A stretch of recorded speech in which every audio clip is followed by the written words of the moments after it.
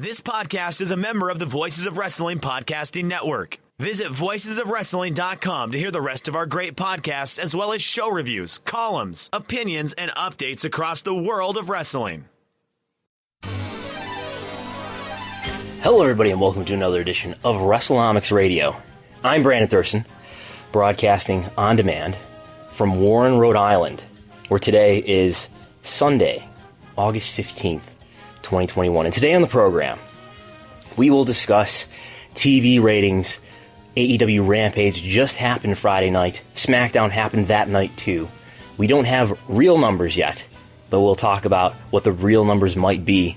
The controversy surrounding the Smackdown number. We have live events to go through to discuss I think we're on the fourth week of the return to touring. The follow-up of the latest turmoil as it relates to WWE Developmental and NXT. The roads to the top reality show debuts on Dynamite next month. Heels debuts tonight as we record this. And something big might be happening this coming Friday for the second episode of Rampage. All that and more today on the program. But first,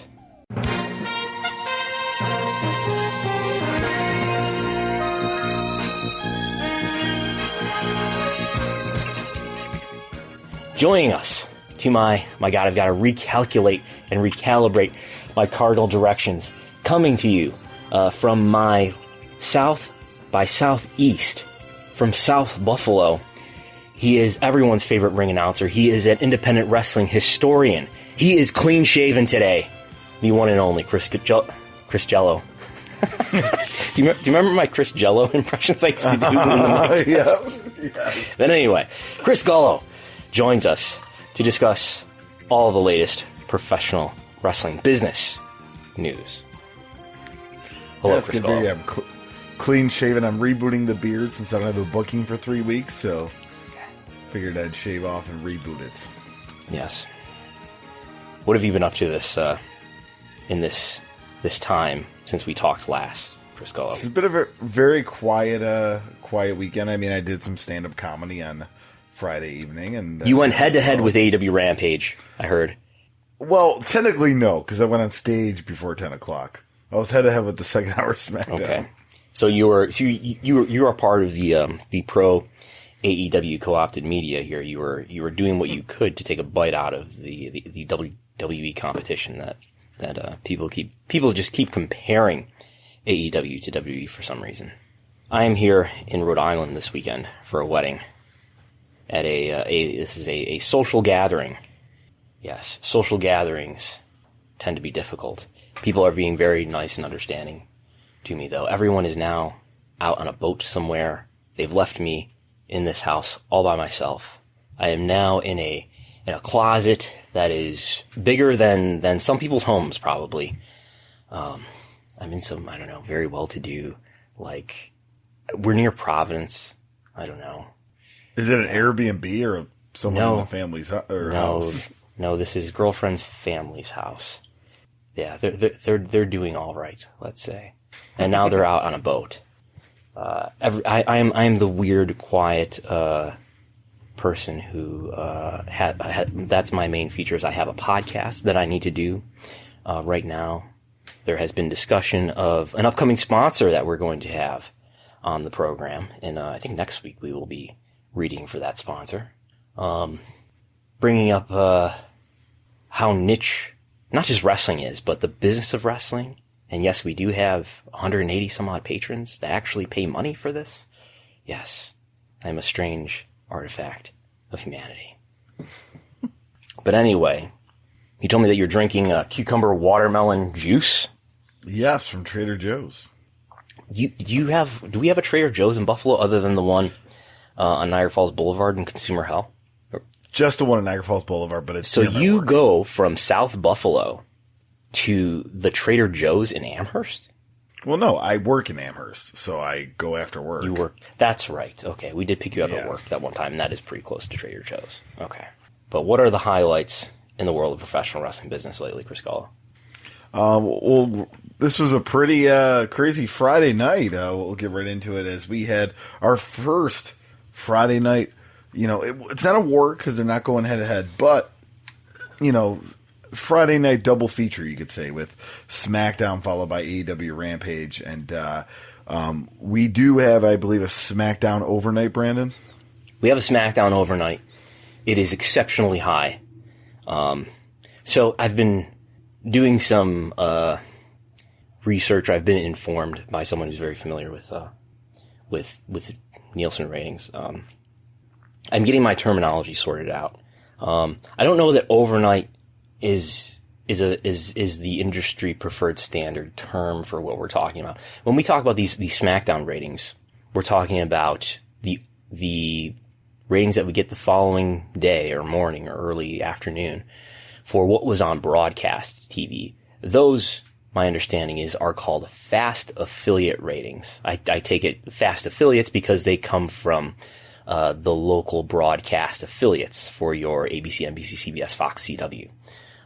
No such thing exists for cable ratings. However, one could, if one was so inclined and had lots of money, if you're an enterprise like Turner or NBCU or Fox, you could order what's called a fast national, which may be a term that some people are familiar with or have heard used and possibly misused.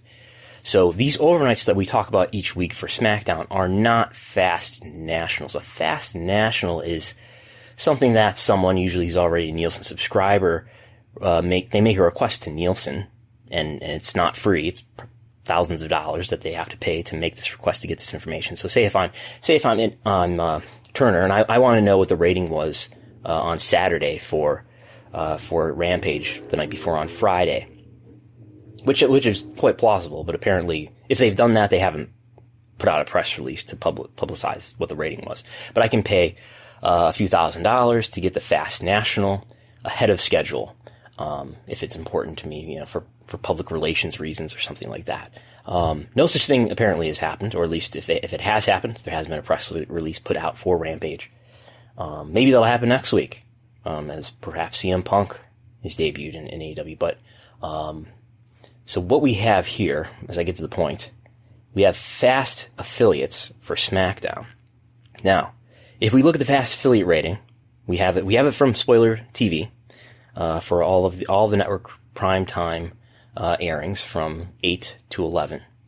And what we see here is for SmackDown, it lists 2.575 million viewers for hour 1, 2.422 million viewers for hour 2. That averages out to, I think, 2.499. So basically 2.5 million viewers for SmackDown is the measurement. Usually the fast affiliate for SmackDown is about 6% lower than the final. Usually SmackDown these days is just over 2 million viewers. This would be a huge rating for SmackDown if SmackDown was watched by 2.5 million viewers, or a little bit more, if the usual discrepancy is applicable. Now, what happened though on Friday night on Fox networks in at least 15 markets, I've been told maybe as many as 18 markets, there was in fact NFL preseason games airing on Fox. So I believe what we have here is the 8 to 10 measurement of viewership extrapolated from the fast affiliates onto what the viewing was like on Fox from 8 to 10. Much of this viewing though is not for SmackDown, but for NFL games. So the Bills played the Lions, and the Titans played the Falcons, I think, on various Fox affiliates. I've tweeted some information about this if you want to read it over for yourself. I understand Dave Meltzer is embroiled in controversy with people on Twitter, as he's downplaying, and I'm downplaying, the likelihood that this is reflective of the real rating for SmackDown. On Monday, we will get the final rating. We will get the final rating for Rampage as well. I expect it to be, if anything, maybe a little bit lower than usual for SmackDown, just by virtue of the preemptions that various Fox affiliates faced. SmackDown, I understand, did air at midnight or sometime after the NFL game in some of the markets where it was preempted. The Nielsen final should aggregate all of that SmackDown viewing and sort that into one, so there's nothing really being missed. But then again, your viewership preempted to midnight is going to be substantially lower in that market than it would be if it aired in the normal time slot. So I would expect a number around 2 million pretty close to 2 million when we see the final on Monday. I will probably be the person to report this. I've already been thinking ahead. I'm leaving. I'm starting to drive home tomorrow, and I'm gonna have to pull over at a rest stop at 4 p.m. Eastern and do some reporting from a rest stop or something on the Interstate 90. So look forward to that. I'm sure there's gonna be tremendous reaction, at least on Twitter, among some readers, for the Rampage number, whatever that's gonna be. I guess we could talk about this quickly. I have this is not in your slides, Gullo, but if you look at our OBS virtual camera, for what it's worth, and I don't know how to gauge this, what it really is worth, but the Google web search for the profile All Elite Wrestling, which encompasses a lot of related searches that Google in its algorithmic wisdom determines to be related to All Elite Wrestling. Through Google Trends, we get an index. We don't get real units of measurement. We get an index relative to the peak within the timeline that you're looking at. So I looked at the past 7 days, which would include Friday, and it includes Wednesday, and the 7 days before Sunday as we record today. So anyway, we get the peak for All Elite Wrestling related Google web search, both US and United States, or both United States and worldwide, is at 10 p.m. Eastern on Friday. So Google web search peaked well above on Friday relative to what it did on Wednesday. Suffice to say, there was more Googling related to AEW happening on Friday night than there was on Wednesday night, for whatever that means. That's at least encouraging of the notion of a high rating for Rampage. If the roles, if the roles were reversed and the Wednesday night Googling was higher than the Friday night Googling, I would think that, definitely the Dynamite rating is higher than the Rampage rating. The Dynamite rating may still be higher than the Rampage rating. I'm not really sure what this means, but it's at least, it's supportive of some optimism at a minimum. The predictions that I have made and that we have made on this program, I think we made some predictions last week of around, 670,000 viewers or something like that. I think we did. I think I just took the 1 hour Friday Dynamites and I multiplied it by 1.2, basically assuming a 20% jump on those numbers. This situation will be benefited too in terms of it wasn't faced by NBA playoffs competition like the Friday Night Dynamites were. But we will see. I would think anything, if it is over 700,000, that would be quite impressive. Obviously, it would be very newsworthy if this did a Dynamite-like number at 10 o'clock. If it did, let's say, 800 or 900,000 viewers, I would be shocked if it did 1 million. But I would expect. Go ahead. I would be shocked. I was just saying. Go ahead. No, you go. I was just saying that I'm really interested in the quarter hours on this when it comes out, because they did almost a Saturday Night Main Event style where they let off with really would be the marquee matchup of Kenny Omega versus Christian for the Impact World Title. So I thought that was interesting, and I thought it was a good booking choice to start off with the marquee match, because as we know, Saturday Night Main Event used to do that back in the 80s, where they'd start with the marquee match. So yeah, you're reminding me that I'm probably going to have to deal with quarter hours too on late Monday night. Maybe I'll see the quarter hours.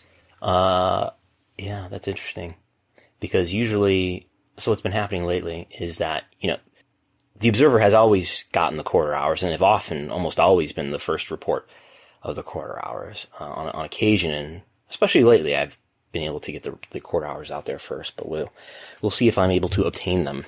The Observer, as many people know, comes out very early Friday, so obviously the Observer won't be coming out until much later in the week. So who knows what will be possible in the world of wrestling journalism, but I will do my best.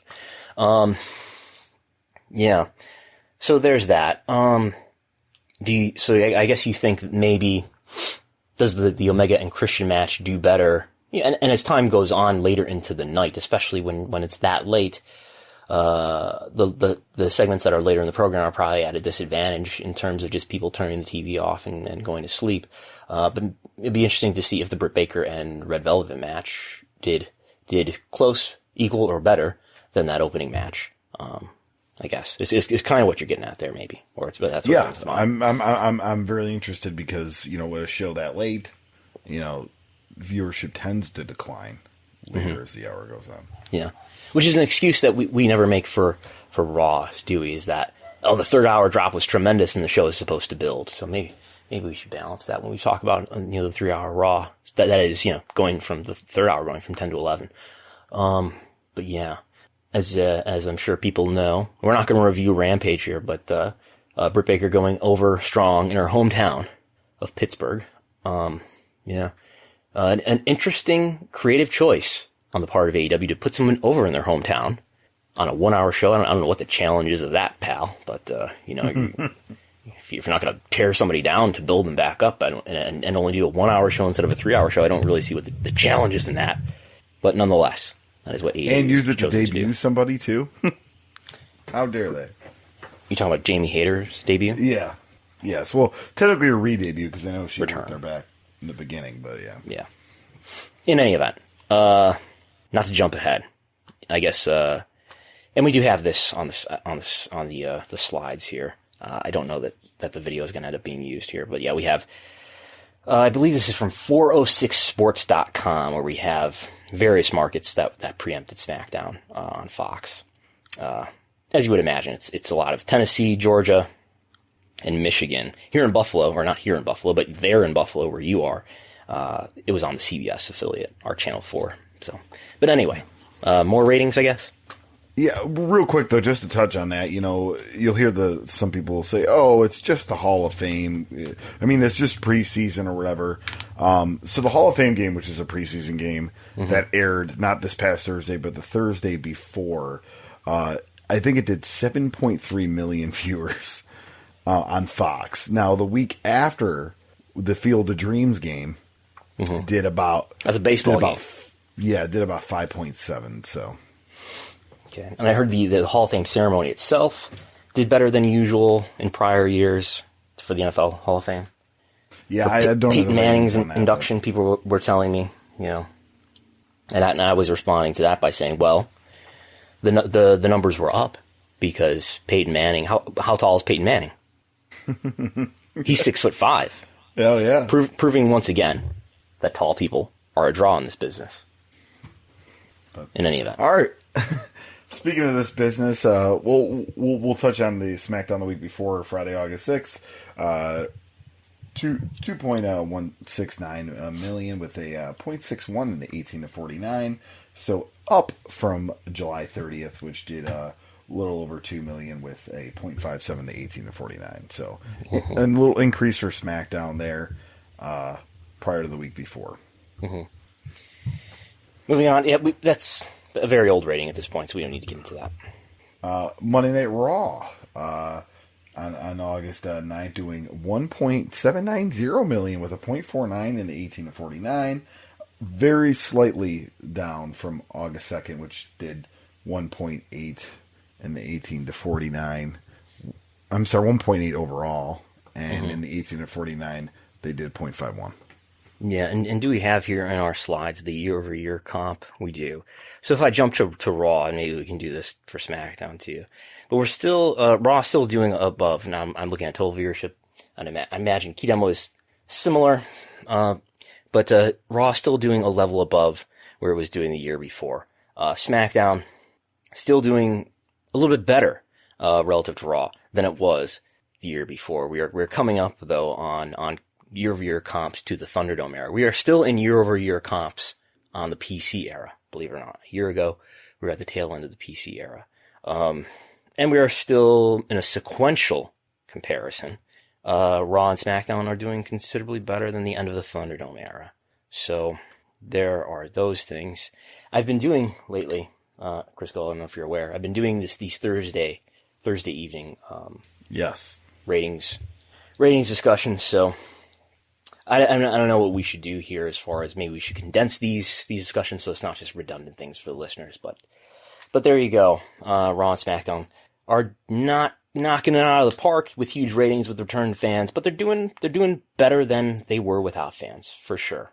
You can make a quantitative argument to say that.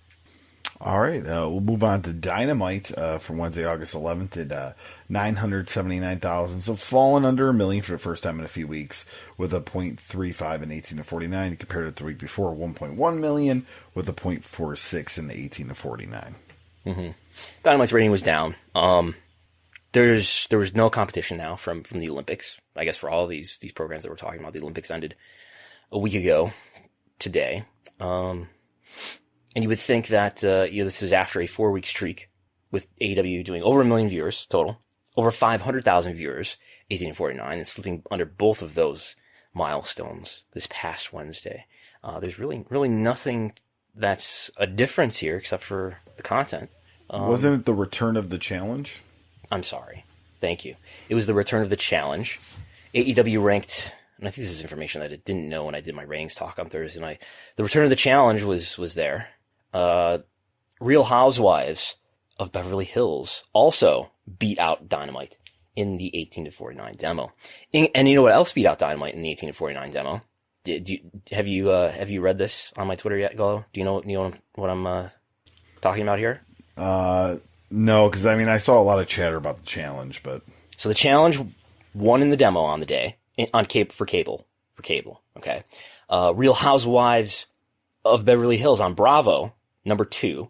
I mentioned this on Twitter and then had a Bravo fan ask me what the viewership actually was. And I informed this person, and it dawned on me, maybe this is my opportunity to pivot into Real Housewives Twitter, perhaps. In any event, yeah, and then two other episodes. So those are cable originals. Those were both first runs for the challenge and for Real Housewives of Beverly Hills. AEW ranked number 3 in terms of cable originals, but number 5 overall when you include things that are not first run. And do you know what? Take a guess. I'll give you one guess of what these two programs were. They were 2 episodes of the same series. The Big Bang Theory. The Big Bang Theory on TBS had more viewers. These are half-hour episodes, granted, but had more viewers in the 1849 demo than AEW Dynamite, which, as you can imagine, encouraged some interesting quote tweets. In any event. All right. And we actually have quarter by quarter breakdowns of this Dynamite rating. Yeah, we can touch on that. I'm always hesitant to talk in too much of a conclusive manner about what the quarter hours mean, but the peak for total viewership was the main event with Chris Jericho and Wardlow. The peak for 18 to 49 was very close between quarter 4, which included the end of Daniel Garcia and Darby Allin. That also included the beginning of the Matt Hardy and Private Party versus Best Friends 6-man. So there was that one. That was Q4. But then also Q6 was 1,000 lower than that at 466,000. The other segment, the other quarter, I should say, was 467,000. But Q6 with 466,000 viewers. That was the Britt Baker live promo with Red Velvet's Runnin'. There were some packages for Ricky Starks and Brian Cage's feud, and then there was the beginning of the Good Brothers versus Evil Uno and Stu Grayson match. 1849 was pretty consistent. There aren't. I'm looking at this on a line chart, right, where the 1849 is the metric that has the lower numbers. So just visually, it looks like there's less volatility here. But even so, the low point was the opening segment with 436,000 viewers, and the high point again was 467. So we're talking about like a 30,000 viewer range here. Total viewership, there were 2 segments, the main event and the Britt Baker Red Velvet segment that did over 1 million. I don't see huge takeaways, except for to say, Chris Jericho had another strong main event, at least with total viewership. His Nick Gage match and the Domino's controversy, that did well in viewership in real time as well. So that's the quarter hours. All right, and then I know you also actually prepared some chart, more so like a spreadsheet of the quarter-to-quarter growth and loss of Dynamite, as well as viewer counts in the thousands by quarter. Yeah, the biggest the quarter that gained the most viewers was the second quarter that had the end of the 6-man tag match between the Elite, the Seidel brothers, and Dante Martin. So that had the last 4 minutes of that 6-man tag that opened the show. And then it had the angle, the live mic promo angle with Christian Cage and Jurassic Express, as well as a Malachi Black pre-tape that I think actually ended and then finished in the following quarter, or began and then finished in the following quarter. But that had by far the most growth sequentially. It grew. It was the quarter that sequentially saw the most growth over the most demographics.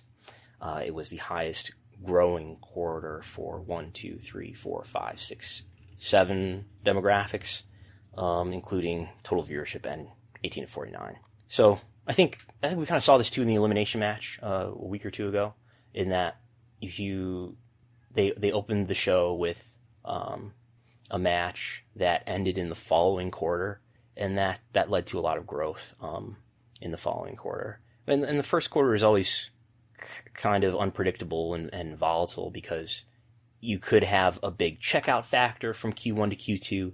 If the lead-in was really strong or stronger than usual, then you've got a lot of people who aren't necessarily interested in watching AEW who leave the show. Or if you've got a weaker than usual lead-in, then you don't start out with a stronger audience, and then you end up maybe gaining from there. And we never get any real data on the lead-in, and they're not cable originals, so their numbers are harder to find anyway.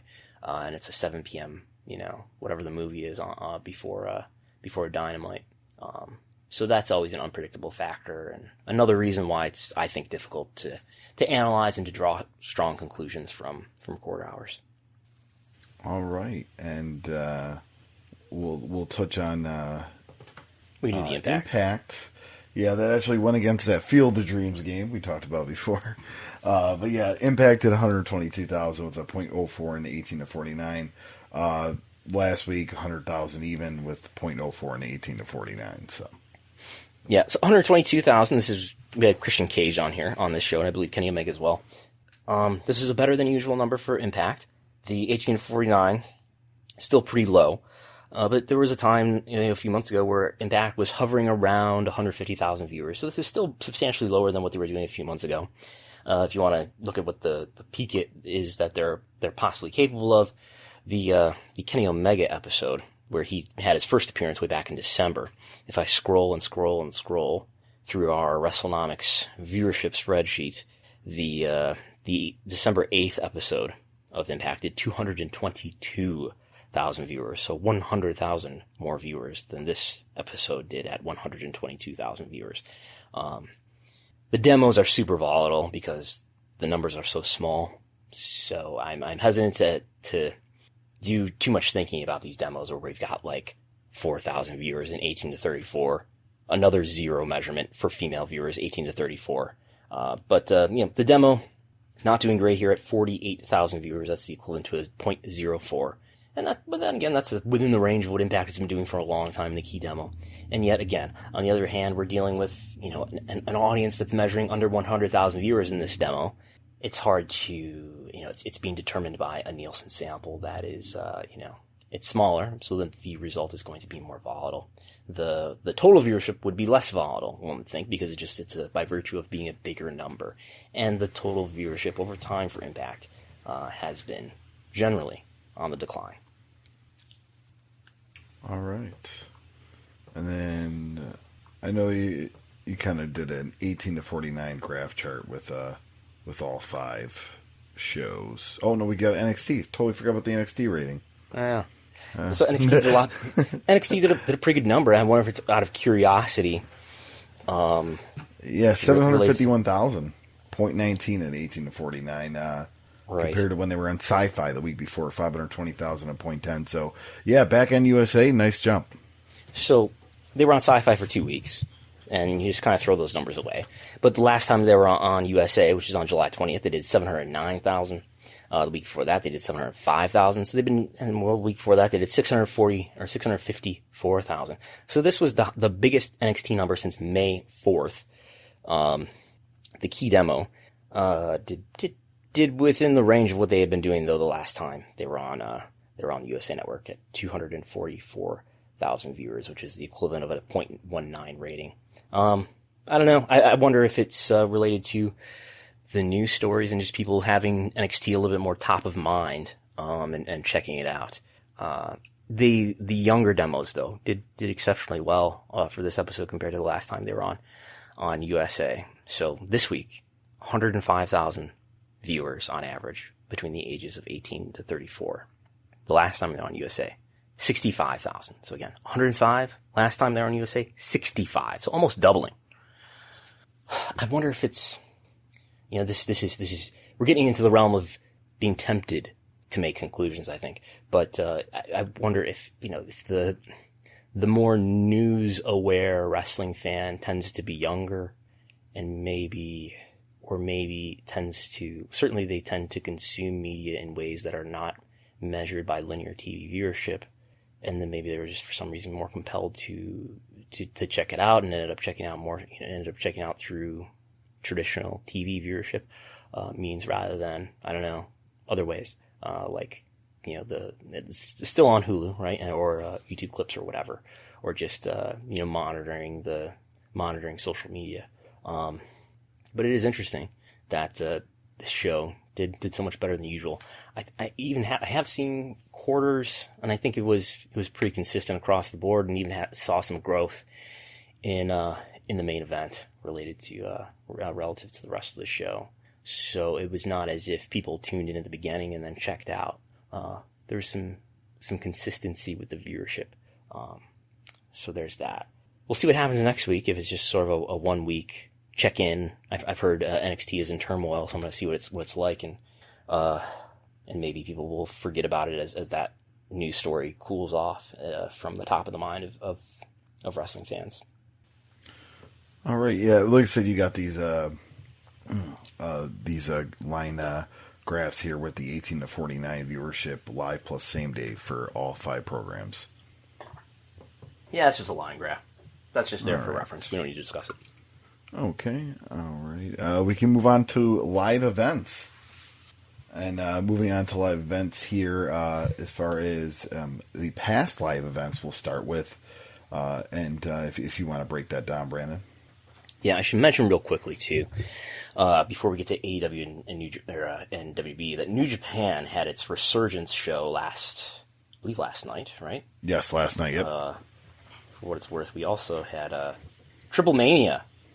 Ric Flair on Triple Mania. Ric Flair giving Kenny Omega chops along with Andrade. But New Japan resurgence in LA, according to WrestleTic's final count. Tickets distributed 2,240 in Los Angeles. So, I don't know. We're obviously the first. This is correct, right? This is the first attended New Japan show in the U.S. since the pandemic, I think. Does that sound right? Yeah, because they were just doing the New Japan Strong Things closed set. Yeah. So that's, I don't know what context to put that in. That's probably pretty good for New Japan.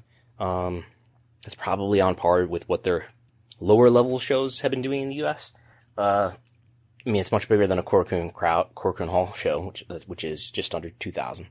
So there's that.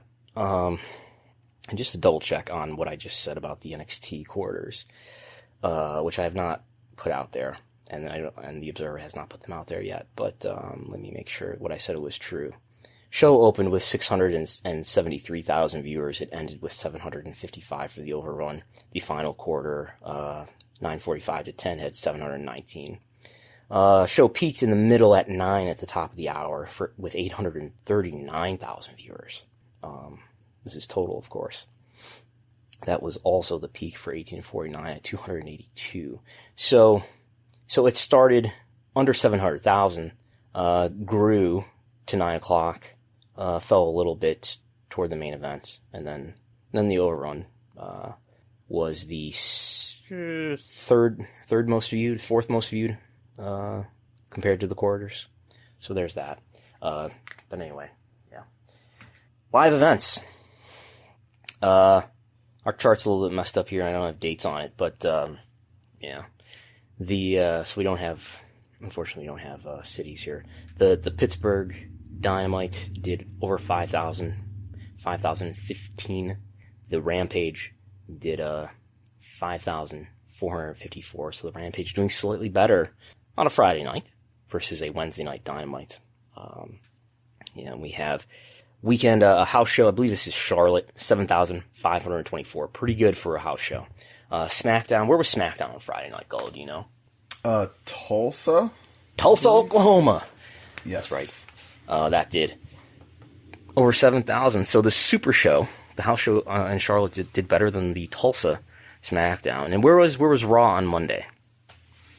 That I don't remember here. Luckily, I've got my WrestleTix sheet open here, which might scroll and cooperate with me. The Raw was in San Antonio, Texas, and tickets out 7,230. So I think we're getting into the, I mean, San Antonio is a pretty big market, at least as far as population goes. I'm not sure about its what its heat is like as far as a WWE market, but that's a pretty big market in terms of population. And that did this past weekend. Yes. This past weekend was last night was the Charlotte house show where Bianca Belair and Sasha Banks were not there due to unforeseen circumstances. What that means? No idea. I know New Japan Pro Wrestling had a similar thing of Brody King too, but yeah, that who knows what it means, but it leads one to think COVID contact or something.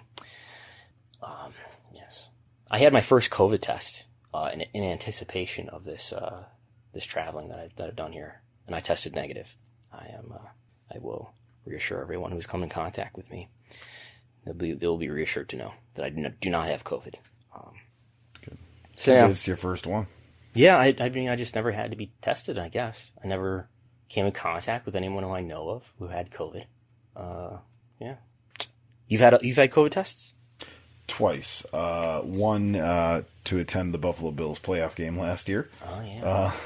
And that was very, very brief, and they didn't seem to really put the swab up much on the nose. So not a very high-quality COVID test. I don't think so. Was it a rapid test?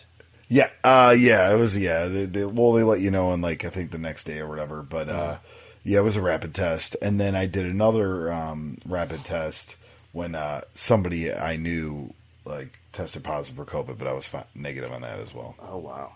Yeah, so I went through a drive-through at a Rite Aid, and they gave me a Q-tip. Q-tip is, I use that loosely. They gave me a Q-tip with a really long cotton swab at the end, and they had me rotated in each one of my nostrils, and I almost sneezed. And then you put it back in this test tube that has some solution in it, and you cap it off and you give it back to them. Yeah, it took a few days to get the results, but yeah. So I don't know. I've got on my spreadsheet here from WrestleTix that San Antonio did actually 7,230 out. So I will go with that. I think our chart is showing me something different. So there's that. Upcoming events. It's really the same set of events as before. We're at over 14,000 for the United Center on August 20th. That's this coming Friday in Chicago. We're at over 41,000 tickets out for SummerSlam in Las Vegas, August 21st. Wow, that's really coming up. That's that's next weekend. Newark, New Jersey for AEW Dynamite, September 15th, over 11,000 tickets out. We're just looking at ticket events that have more than 10,000 tickets out. WWE London, which I believe is a Raw taping, September 20th, 14,645 tickets out. Still over 1,000 tickets available for that. And AEW Dynamite in Flushing, New York.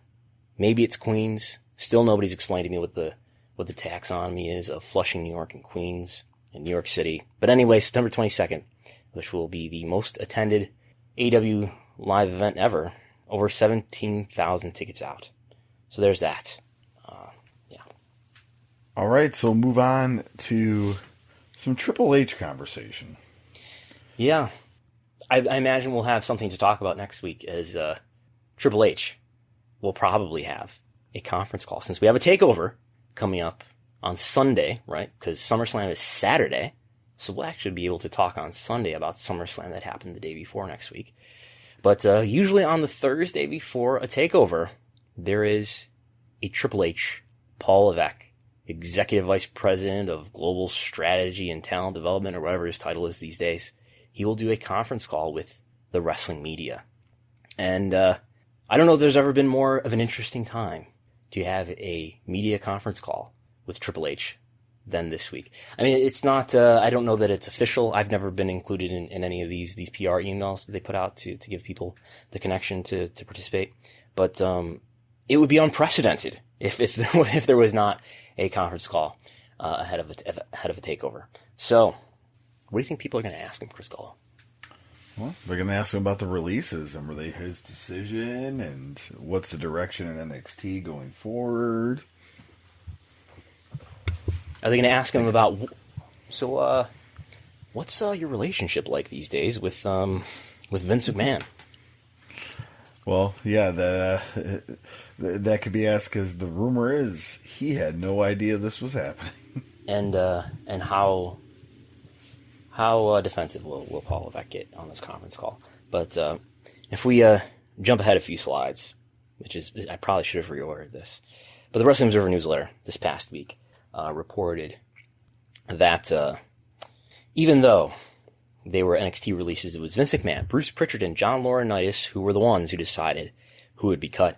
Those in NXT said that not only Paul Levesque, who runs NXT, nor Shawn Michaels have a say in the cuts, but they weren't even aware of them until after Laurinaitis started calling talent to let them know that they were being let go. So, according to the Observer, you get a lot of questions about that. Yeah, why don't you read or summarize the rest of this? Just continuing, it led to real morale issues in NXT, a division which has not had that problem in the past. It's largely based on what was said to be a new company directive for the product and a behind-the-scenes power struggle, including those who fear for their positions if and when Levesque takes over and thus want to undermine him, and those who support Levesque. Since ultimately everything is Vince McMahon's decision, it was surprised since it's been considered a given that Levesque would be running the wrestling end and Nick Khan the business end if something happened to Vince McMahon. Levesque had been thought to be untouchable, but in failing to stop AEW's rise and eventually losing the war, gave both his detractors and those who felt he would replace him the obvious ammunition. The idea was if he was in control and in a fight, and his vision for the product failed to attract younger viewers, partially, if not largely, because of going against AEW, NXT was the oldest skewing wrestling show among the major national shows. Within both the television and wrestling business, it was considered a given that with the WWE backing, that it would eventually dominate Wednesday, and the opposite happened. Yeah. So, in the words of Nick Khan, a few things there. There's some real palace intrigue here. I can't imagine that Triple H is pleased, and I imagine if there's a conference call, he's going to downplay whatever's happening here and insinuate that the wrestling media and wrestling fans are just making too big of a deal about things like this, as always. But he cannot be happy with what's going on here. He's being undermined, and at a minimum, his power and influence is being undermined here. If this is true, that he didn't even know about the cuts. And not only wasn't he included in the decisions, but he didn't even know about the cuts until they were actually being made. So there's that. Another thing, the idea that within WWE or within the industry that it was assumed that NXT would almost certainly beat AEW. I think there were people who believed that. I guess I didn't believe that, and I even think about. In your brief stint in 2019, Chris Gullo, where we recorded at Grapplers that one night, an episode of Wrestlenomics, and we discussed, or maybe you came over to my place, but anyway, we discussed, what would be, it was September 2019, and NXT and AEW were about to start going head to head, and we predicted, by December or something like that, a few months into the competition, what would be the leading show, and I think we both predicted AEW. But yeah, you can see how Vince might be losing some faith in Triple H in that he was unable to overcome, at least in terms of total viewership and the key demo viewership. He was unable to overcome a new startup promotion run by former members of the Death Valley Driver Video Review Board, Coach Tony K and Mookie Ghana. So, yeah. You could see Kevin Dunn. Kevin Dunn has always been sort of rumored to not to be an ally of Triple H and vice versa. I believe Meltzer has said at one point that, the day that, at least this was years ago, he said this, that he believed that the day that Triple H and Stephanie took over, that Kevin Dunn would be done away with or something. He would no longer be in the position that he's in, where he is the executive producer and the chief of global TV. And in fact, he's, probably gained even more power recently with the consolidation that W has done on a corporate level, where they've consolidated their media group into their television division, where he's become, I think ultimately the supervisor of two divisions, and we're really three if you include the smaller W Studios group. Those three divisions have been consolidated as new management recognized redundancy in a lot of areas where they felt that there were many people doing the same job that needed to be consolidated into one position. And now Kevin Dunn is the ruler of them all. But yeah, you can see it sounds like, and Triple H can correct us if we're wrong on Thursday perhaps, but it sounds like there's a lot of infighting and struggle for power within this company that is much wealthier and much more powerful and has much more name ID than AEW. There's an internal power struggle to some degree that you could see how, a Kevin Dunn, who has more of a, main roster Vince McMahon view of the business, how he would feel threatened by first of all, somebody who doesn't appear to be his ally, maybe appears to be his enemy, like Paul Levesque, and may not be, incentivized to see NXT succeed, and may be incentivized to see the leadership of NXT, not do well or to undermine them. So yeah, the more that I see things like this, and the more that I see talent not valued, and we've as we talked about last week, there's been over 100 wrestlers cut since 2020, and I think Todd Martin was bringing up the as an example, Bronson Reed is somebody who was when he was Jonah Rock on the Indies, somebody who had a lot of potential, pretty young, but hadn't really produced a huge name yet. He was starting to gather a name, but WWE signed him, and now he spent however long he's been in WWE, a year or more, and now he's got a bigger name. He was a North American champion. He was a pretty pushed wrestler on national TV on the USA Network for whatever it's worth with their smaller viewership, but there's somebody who was pushed on TV, and then they just cut him loose, and they've sort of built somebody up that some other player, maybe AEW, but maybe others, could sign, and it heats somebody up for somebody else to do something with. That's one small drop in a bucket, but WWE doesn't believe they're in the wrestling business, and at least publicly facing doesn't believe that they're really competing with other wrestling companies who are beneath them. And it just, the longer that this goes on, if Vince stays healthy enough for long enough, he's going to continue to drain this company of its brand value. And, it all hinges on the future of their media rights values, and the future of their media rights values all hinges on a number of factors, including their viewership, including their ad rates, including their ability to be successful with certain synergies, like drawing viewership to other programs like Ms. and Mrs. or others, and just what the media executives believe about the future of WWE's brand. I don't know. The media executives are very much in touch, though, which plays into their favor. But yeah, I get a little bit less optimistic and a little bit more pessimistic every week that WWE is eventually, especially if Vince McMahon stays healthy and in power for many years to come, that WWE's huge leadership in the wrestling space is going to grow smaller over time, and maybe eventually in the US, AEW is going to become the more popular wrestling brand. And we may just be seeing the beginning of this. We'll see what the number is when the number comes out on Monday for Rampage, to see to what extent does AEW have a second brand here, TV brand, to grow. Because that is a huge growth question for their business. Do they have supportive programming here, or do they actually have another brand that is similar in value to Dynamite? Do they have a brand that right now at 10 could do similar viewership to Dynamite? Do they have that, or do they have something that's doing half of that? That's a big question.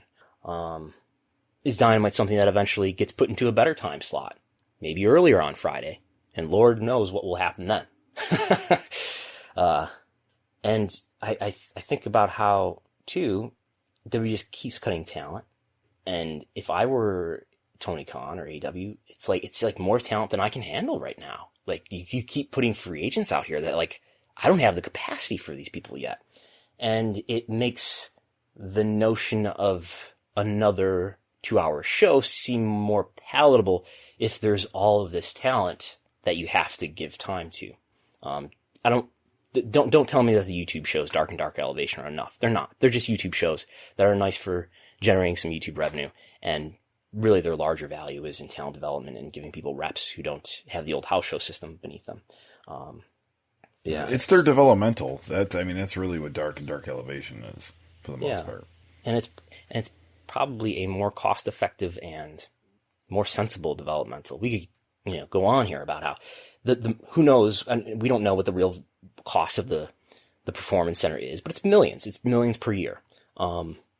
To have the output that they've had, when the indies with, I think about grapplers, we got pennies on the dollar in terms of our spending compared to what the performance center has put out. And, I think we've put out some good wrestlers over the last few years with literally, a tiny fraction of the expense and name ID and influence, and money. So, yeah, I think, the way that AEW is doing developmental in terms of just having this Dark and Dark Elevation, giving people reps and bringing people in and seeing if you want to work with them in the future and seeing how they do in your environment in a pretty low risk way, as opposed to like signing somebody or not, or doing a tryout, one time with somebody and deciding whether you want to sign them and enter into a long-term relationship with this person or not. Doing Dark and Dark Elevation probably is just a more sensible way of doing things. Will we ever see AEW or WWE do something like Dark and Dark Elevation? Will they actually put people who are not under the contract, under exclusive contract to them on their media platforms? I doubt it, because WWE, I think there's some arrogance in this idea that we don't want to put somebody who we don't have control over onto our media platforms and give them the rub of being on our media platforms and building their name up, and then somebody else could, pick them up. Which sort of flies in the face of this idea that you would build somebody up like Bronson Reed and then just cut them loose, or Mercedes Martinez and have them on TV, have her on TV all this time, and then just cut her loose, But anyway, yeah. And so you talk about all this talent, right? And some of the questions that are being asked out there is not only would Triple H ever leave, but if he did, would he start his own wrestling company? Before you give your perspective, Brandon, I only could really see him truly leaving if Stephanie did, and I think that would be if Vince passes away or they sell the company. Yeah. Have you seen Succession on HBO? No. Yeah, I would recommend it, and think about the McMahon family while you watch it. Okay. Would Paul Levesque ever leave WWE? God, this is a man who's been with WWE since 1995. He's been with WWE longer than some of the people who are listening to this program right now. Longer than some of the people who are listening to this program have been alive. And there's the Stephanie factor as well, right? Like, if they were to get divorced, I really wonder what their conversations are like. As I've said also elsewhere, I hope Paul Levesque writes an honest book someday. It would be so interesting. His memoirs. Yeah. But no, Stephanie's not going to leave this company. Stephanie's not going to leave Dad, and I don't see them getting divorced or something like that. Who knows? I have no idea. But I highly doubt that. But it's going to be. What are you going to do if you're Paul Levesque? Is there some way that he's going to redeem himself on the corporate level in time? Maybe. And I don't know. If Vince were to die tomorrow, who would be in charge of creative? Maybe it would be Paul Levesque. Maybe it would be Bruce Pritchard. I guess it would ultimately be. I don't know whose decision that would ultimately be. I don't know if that would be Nick Khan's decision or whether it would be that's in his will. That will be in his will. Who's that? I bestow the head of creative upon. Yeah. Who knows? We would just be helpless to speculate. But yeah. It's usually the case, though, if we think about the typical situation when you're in a job and you got promoted and you were doing really well, and now now the project that you were working on for a long time had a perceived failure, and now people are making decisions that are really important to your project without you even knowing about it.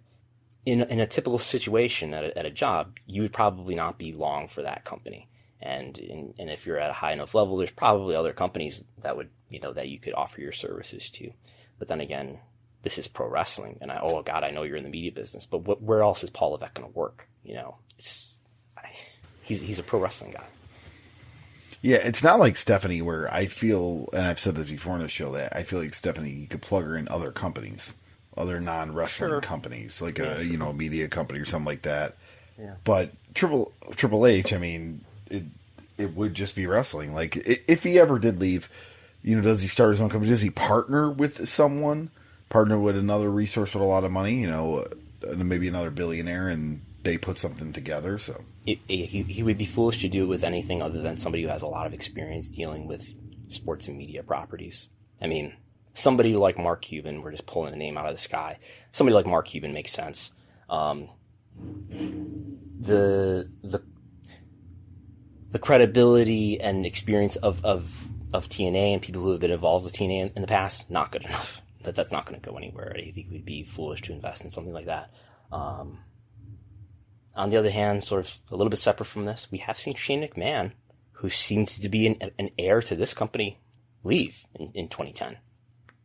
And so it's not unprecedented that somebody who's a very close member of the McMahon family to just, to go from being a high level executive to being out of the company and never come back. Now, of course, Shane never got involved in the wrestling business, and Shane at least had ambitions, and he tried to get involved in media distribution in China, which doesn't seem to have gone well. And now he's got just recently he was announced to be, I think, some sort of EVP of Ideanomics, which no one can quite explain to me what they do, but but I don't see Paul Levesque doing things like that, And if anybody's wondering, no, Stephanie and Triple H do not have the shares to perform a hostile takeover of Vince. Vince has 80% of the voting power, and Stephanie has a lot too. She has something like 5% of the voting power, which is more than anybody else. I think that's more than even Linz Del Train, who's their biggest institutional investor. But no, Vince has the overwhelming majority of the voting power, and Vince, unless he sells a lot more of his shares, is never at risk of a hostile takeover. All right, moving on to a little bit of AEW news, where we have a debut date for Roads to the Top, the reality show making a deep dive in the lives of Cody and Brandy Rhodes. It's going to debut September 29th on TNT after Dynamite. So much like Ms. and Mrs., getting that lead out from, the lead in from a wrestling program. So. Right. This is sort of something that I mentioned a moment ago about part of the value of a wrestling show is how well that wrestling show or any show is able to promote viewership of other shows, is able to gather more viewership for that network or for that family of networks. And Raw has helped to do that for Ms. and Mrs., which has done well in its most recent season. And AEW will try to do that for TNT by adding this reality show on Cody and Brandy, which starts a little over a month, and it's going to get the lead in from Dynamite. So we will see the ratings for that too, and we will be watching closely. Speaking of wrestling themed programming, Heels, which will be debuting on the Starz Network tonight, but it's actually available on the Starz app as of midnight last night. Well, midnight today. So you could actually watch it on the Starz app before it actually premieres. But yeah, Heels premieres tonight, and that is the drama series about two brothers pretty much running an independent wrestling promotion that their father owned. And Stephen Amell stars in it. So yeah, I haven't given a lot of thought to Heels, but it's worth mentioning that there's and Starz. I was thinking about who owns Starz, but Starz is owned by Lionsgate, which is not part of some larger media conglomerate like Warner Media or NBCU. So it's not like this is another synergy for AEW to drive more viewership to the Warner Media universe by including CM Punk. So CM Punk has some sort of small role in this Heels show. But it's not a benefit, I don't think, to Warner Media unless Stars buys some ad time during AEW programs or something. And I believe I did see, and I could be wrong, I saw an ad for it this week in some wrestling program. I just can't remember which one it was. Okay. Moving on to CM Punk. We have an interview CM Punk did, pretty much promoting heels. Mm-hmm. And you have the quotes here, so you want me to start with the "when was that" quote?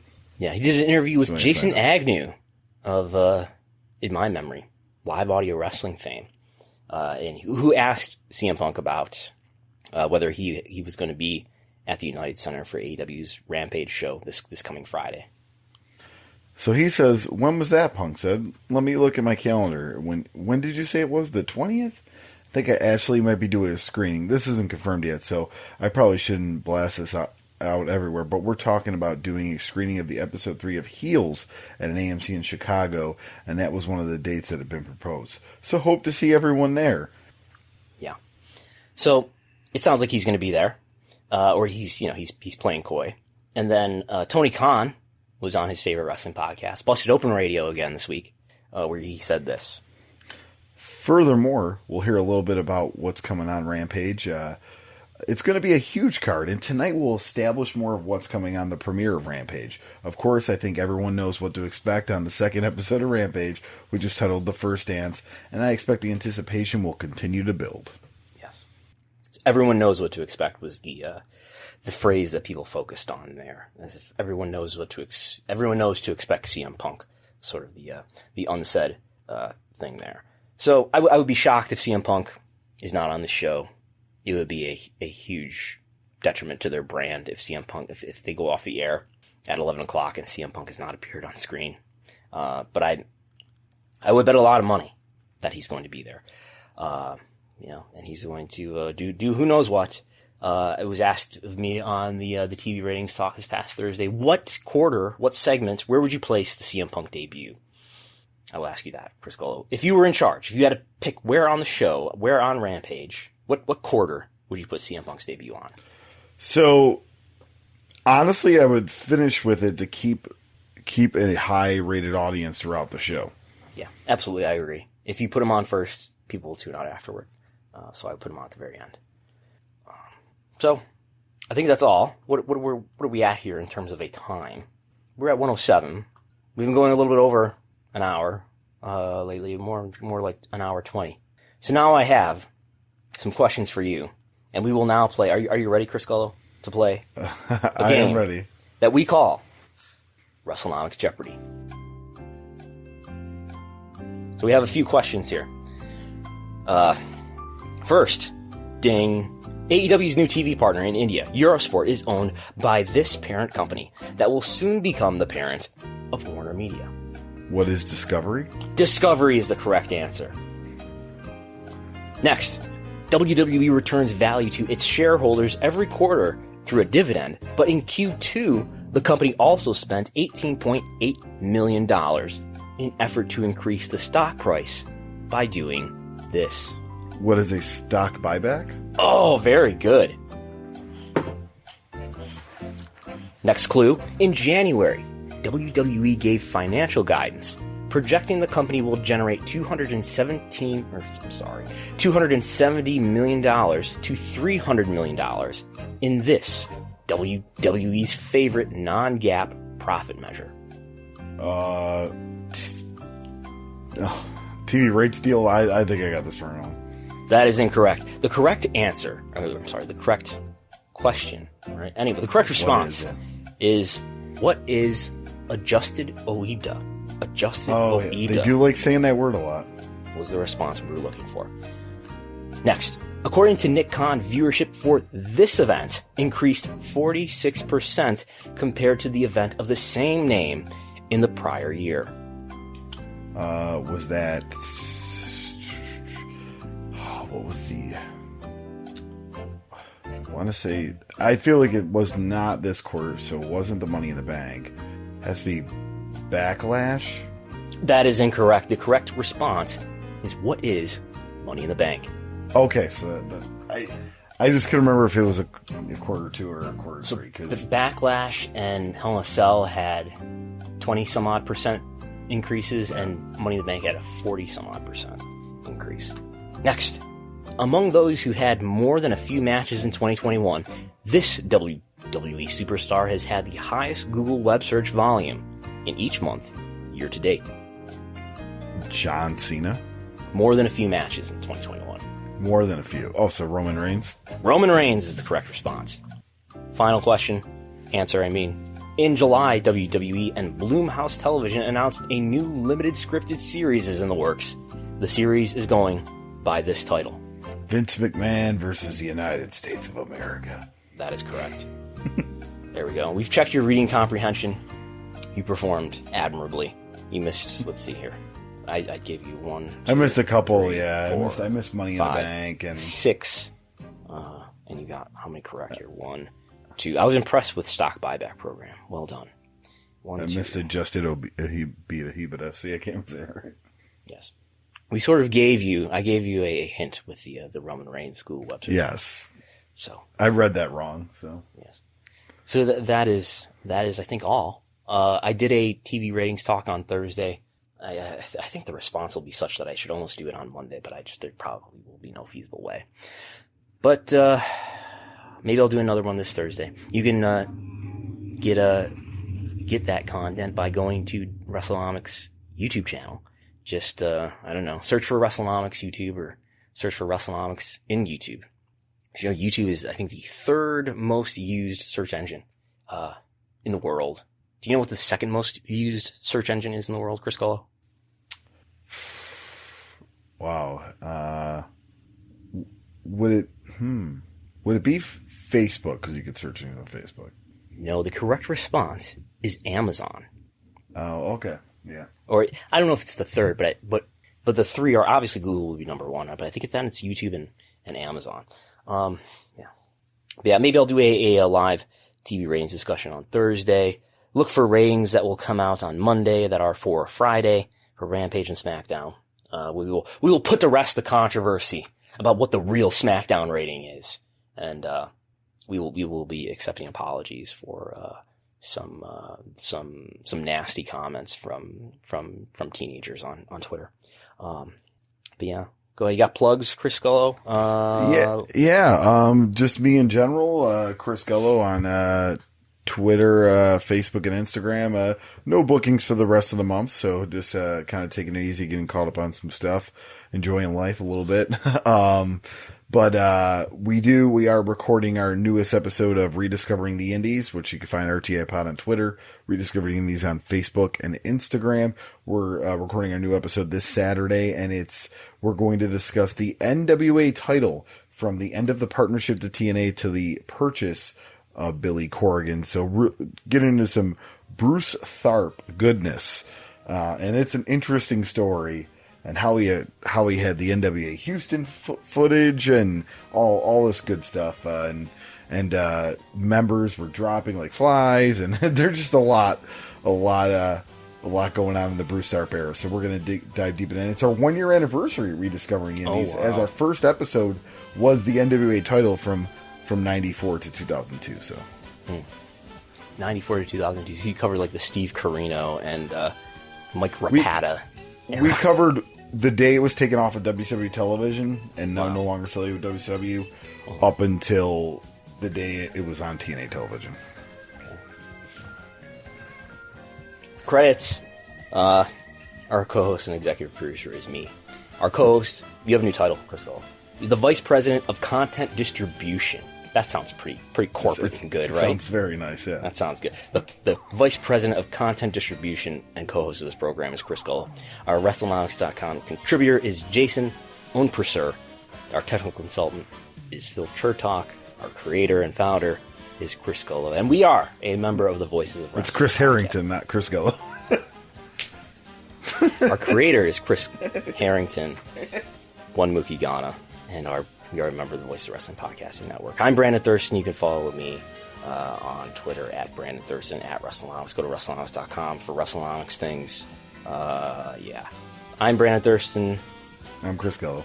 And we'll talk to you next time.